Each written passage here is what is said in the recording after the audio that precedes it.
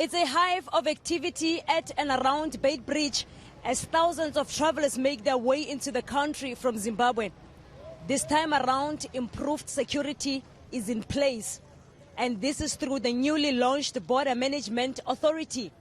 For years, this border has presented challenges with both people and goods coming in illegally, some of it by cross-border criminal elements. The biggest issue that gets smuggled here is purely your illicit cigarette, as it were.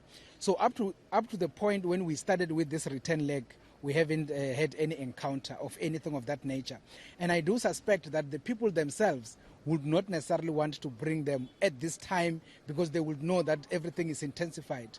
But at the end of the day, our deployment from the 19th after this operation is to then implement a sustenance approach to make sure that we have the process of deployment being intensified throughout the year. The big influx is expected to end on the 19th of this month.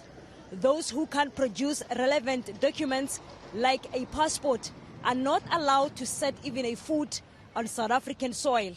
But some people just come completely with nothing. Literally, they come without any paperwork. And I think this is some of the issues that people were used to, the incidents where they will come into the port and one way or the other they will kind of have a way either to bribe somebody and ultimately be facilitated into the country.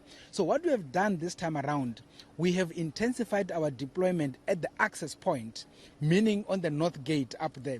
And therefore, nobody is allowed to enter into our processing point or processing area if they do not have any documents. Over 15 buses were stopped for having outstanding fines. Bafedile Moerane, Beitbridge.